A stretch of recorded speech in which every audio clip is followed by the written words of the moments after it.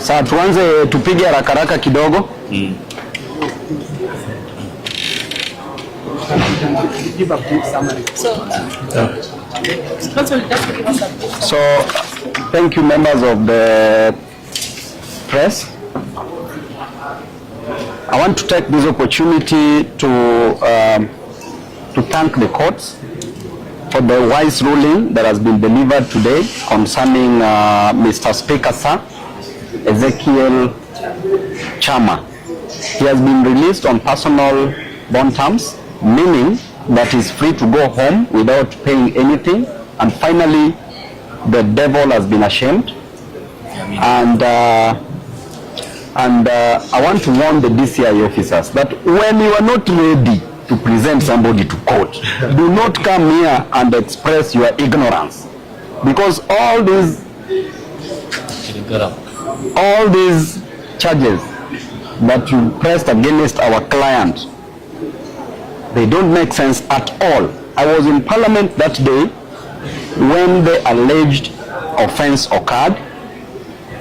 The only challenge, the only problem that these Gen Zs committed is that they wanted the high cost of living be reduced. They wanted jobs. They didn't want the finance bill to be passed.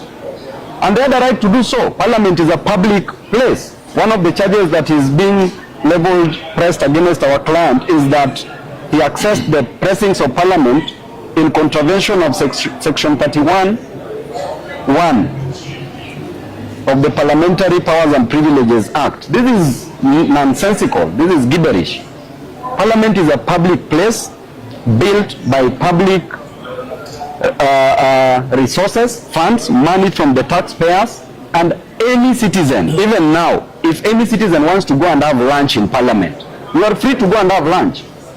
So do not tell us that people cannot access public places that they built using their own monies. So it is completely uncalled for. The DCI usitutest tena. Sisi ni wale wabaya. Angalia hizi masura vizuri.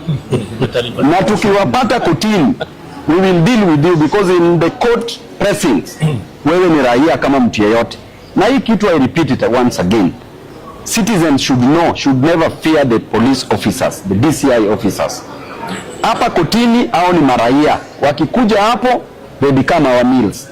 And we ruminate on them ruthlessly. So today, Mr. Kiama amewachiliwa bure. Kwa mawakili wetu, asanteni sana. Mungu awabariki. Wakili Pius Oyo, Mungu akubariki sana. Wakili mrembo wetu mmoja peke yake, Wanjira, you are dispensing knowledge carelessly. Mungu akubariki sana. Nurdin Kagai, Mungu akubariki sana. Wakili Evans Ayata, Mungu akubariki sana. Tuko hapa na sheikh yetu mmoja ambaye before tuanze kotini lazima tuombeange. Sheikh, pia Mungu akubariki. Umefanya vizuri sana. Nitapatia mawakili dakika moja kisha sheikh amalizie, alafu tu nini shake pia na kuona hapa Sheikh Evan Sanza. Yeah. Thank you Council Paul. Okay, kuja. Yeah, thank you Council Paul for those remarks. I think mine is just to appreciate the court taking advantage of the situation of our behalf, just to ensure that this young man was ready to court with a charge sheet that is neither here nor there, was released. So we really want to appreciate the court for that, and we look forward to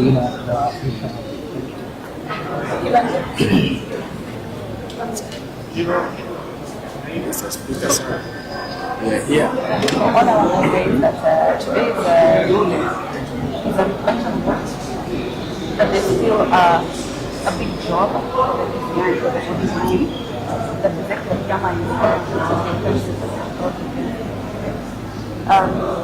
and the court is doing a job of recognizing that people is innocent, and there is no need to hound an innocent citizen, which is what the DCI and the ODP want us to do. This is a good example, and one example in a pile of many examples of using and misusing the power that has been given to harm citizens. And that is why, as advocates, we exist to that will not happen. And therefore, we look forward to walking this journey with the and at best, ensuring that the DCI. Nordin?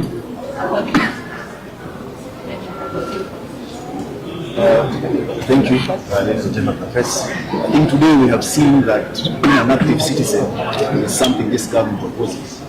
Just because you stand for something that is right in nationalism, this is to all Kenyans. Feel free to go about your duties, protect the constitution.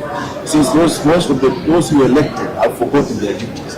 What we have today was a persecution, but at the end of the day, and during the right time to tackle it. But what is funny is that we have a government that is key on compensation. A compensation that you still have done. A compensation that you still arrest arbitrarily the young men who are advocating for their rights. So what do you actually want to tell us? Are you compensating for justice? Is it a theoretical? Because at the end of the day, no matter how many times you arrest this young men with frivolous allegations, you will end up just like Kiama. Council Pierce? Good afternoon, members of the state. So mine is to thank the court for delivering justice for Kiama. If you look at one of the charges that he, I think, maliciously damaged property worth 41 million. If you look at Kiama, he's a very small-bodied guy. If you look at a property worth 41 million being damaged by Kiama, it does not make sense. So as much as the DCI investigates, the DPP is also called upon to weigh on the charges that they bring to court. We know that Article 157 of the Constitution gives them the mandate to charge or not to charge, but they have to exercise that mandate in regard to the public interest and also in regard to the law. But what we see here are frivolous charges that are meted against innocent Kenyans, young people who are trying to make their nation better. So we'll be here on the 14th of July. It will just be for pre-trial conference where we will be exchanging documents. We will see what they have, and we will be ready to defend the accused, that is Mr. Kiama. With all our might and with all the brilliance that God has given us. Thank you and have a good Sheikh Maliza. Asante sana. My name is Sheikh Muhammad Khan. Babu is a guy who does work. He does not make noise. Nafikiri unaona kazi yake. Kila pale kuna shida huyu mtu amesimama na watu. Kama ni CDF anagawa bila kupiga makelele. Watu wengine hao ni social media blogging, huyu ni mtu wa kazi. Kwa hivyo nataka kuambia kwamba the reason why we love this man, kwanza kabisa ni msomi, ya pili he has not forgotten his roots. Nilitembea kwake Nyalendo. Niliona huyu mtu hajasahau watu wake, akikuona na shida anafika. So this is the guy who is going to make Nairobi Singapore. Si huyu mtu ambaye anabebana na gunia uongo, ni huyu. Kwa hivyo kama hauna kura hapa Nairobi, unajua according to the law, if you have got business interests in Nairobi, you can still vote in Nairobi. Kwa hivyo kama wewe unavotia huko Ushago, rudisha kura hapa. Tupitishe mtu na 100%. Asanteni. Regarding the statement that he was forcefully forced to write before he was arraigned to court, can you give us a summary of the same and also the force that the court has pronounced itself on the matter statement that was written forcefully written by Kiama, by Mr. Speaker, sir. And the court has directed clearly. The court has directed clearly that that a new statement be taken, but we will say that our client has a right not to self-incriminate. That was a case in the United Kingdom of Wilmington versus the Republic, that you cannot incriminate yourself. So hiyo mambo I think imeishia hivyo. There's a very important issue that I want to talk about. Hii mambo ya Abdul Aziz from Kiamaiko. Abdul Aziz was abducted by the DCI officers close to around between 7 to 10 days ago. This gentleman was taken by DCI officers. Up to date, hajawahi tolewa. Today we filed a habeas corpus application, meaning that the DCI officers, the Inspector General of Police, we want him here in court to come and answer where this gentleman is, whether dead or alive. If he's dead,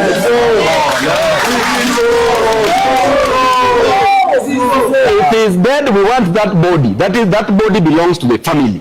If he's alive, we also want him alive because he is of his family. The brothers are here, the family members are here. Amwezi shika watu and then you send bloggers, you say that Zizu was a criminal. Huyo ni criminal ya wananchi.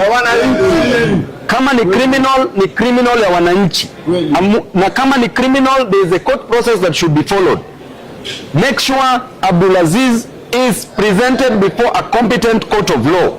Ama apelekwe nyumbani, the mother is waiting. Inspector General of Police, Bwana Kanja, wacheni maupuzi mingi. Tunataka Zizu urgently. Kama hakuna Zizu, hakuna hiyo iendelee hivyo. Sawa sawa. So nimesha file application. Tunangoja orders zikishaletwa, Inspector General of Police aletwe hapa ajibu hiyo maswali haraka haraka. Sio itakuwa ni sawa? Nimetumia orders. Umeipata? Nani Sheikh ako wapi? Sheikh, umepata hizo orders? Angalia simu yako, nimetumia orders za Zizu. Nimekutumia. So asanteni sana, Mungu awabariki. Sawa sawa? Haya.